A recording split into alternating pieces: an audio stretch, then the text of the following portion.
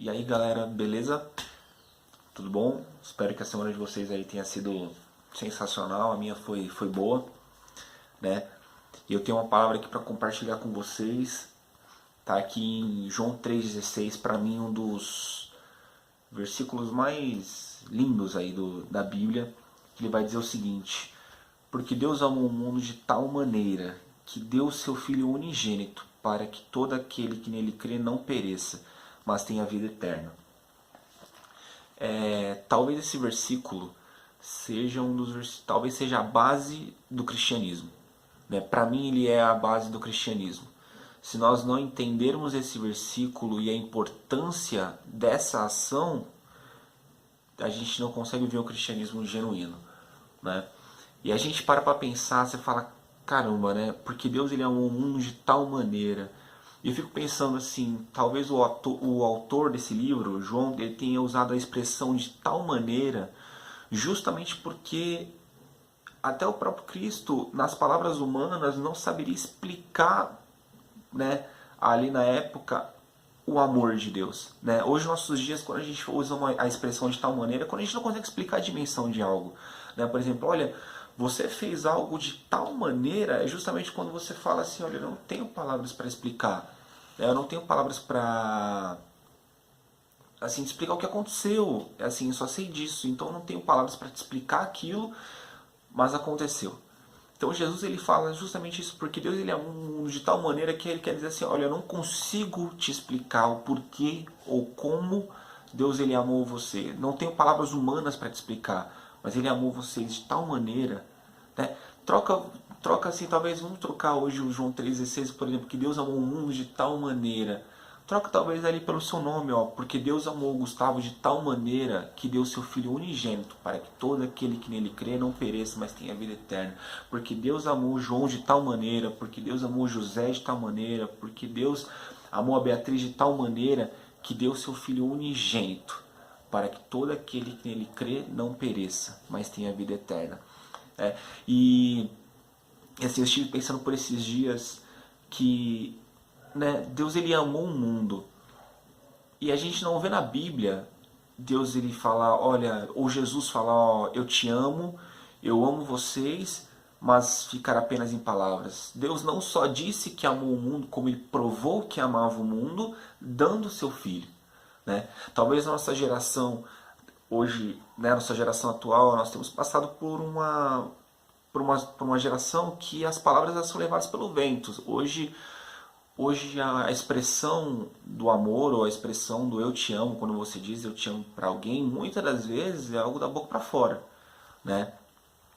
E são palavras fúteis. Hoje pessoas dizem eu te amo como dizem bom dia, né? E aí então nós vemos um Deus que ele diz que amou o mundo de tal maneira, né, que deu o seu Filho unigênito. Deus ele não tinha obrigação nenhuma de entregar a Cristo. Cristo não tinha obrigação nenhuma de vir à Terra e morrer por nós, né? Quem se afastou, quem errou, quem quis ir embora fomos nós os seres humanos. Não foi Deus, né? Sim, mas sim a consequência do pecado.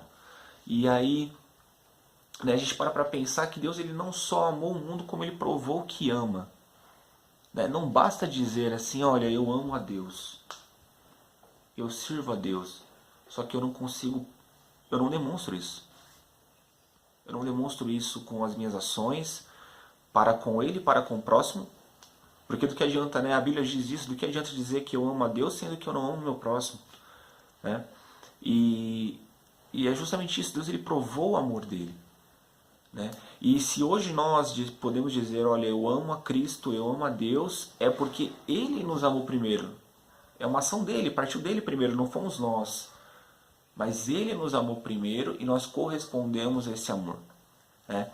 E talvez hoje muitas igrejas, infelizmente, têm passado uma imagem de um Deus perverso, de um Deus tirano, de um Deus onde ele abençoa quem obedece e castiga quem desobedece, um Deus que ele tem preferências por determinadas pessoas, ou Deus ele é um Deus que ele está sempre carrancudo, sendo que não é assim. A gente aprende que não é assim, né? Porque assim, né, uma vez eu ouvi uma frase muito interessante que ele vai dizer o seguinte, olha, Tem pessoas que eles pensam assim, olha, eu obedeço para ser amado. É isso que muitas das vezes nós cristãos nós temos esse pensamento, eu obedeço para ser amado por Deus. Né? Então, se eu obedecer a Deus, eu vou ser amado. Sendo que é justamente ao contrário.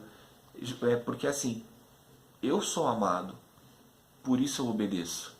Então, quando você entende e você tem a consciência do amor de Deus para com você, né, para comigo, para com todos nós, é aí que a partir desse pensamento, dessa visão, que você tem prazer na lei do Senhor, você tem o prazer em obedecer, né, a Deus, que é o que diz lá em Salmo 1, antes tem o seu prazer na lei do Senhor e nela medita de dia e de noite. Então que a gente possa entender isso hoje, entender que Deus ele nos ama não porque nós obedecemos, porque nós damos nossos dízimos, ou porque nós vamos à igreja, ou porque nós oramos. Né? O amor dele é incondicional, gente. O amor dele é incondicional. O nosso amor humano, ele é condicional. Talvez assim você olhe para alguém e você ame alguém, mas se aquela pessoa pisar na bola, se aquela pessoa pilantrar com você e tudo mais, você simplesmente vai deixar de amar aquela pessoa. Você não vai se importar mais com ela.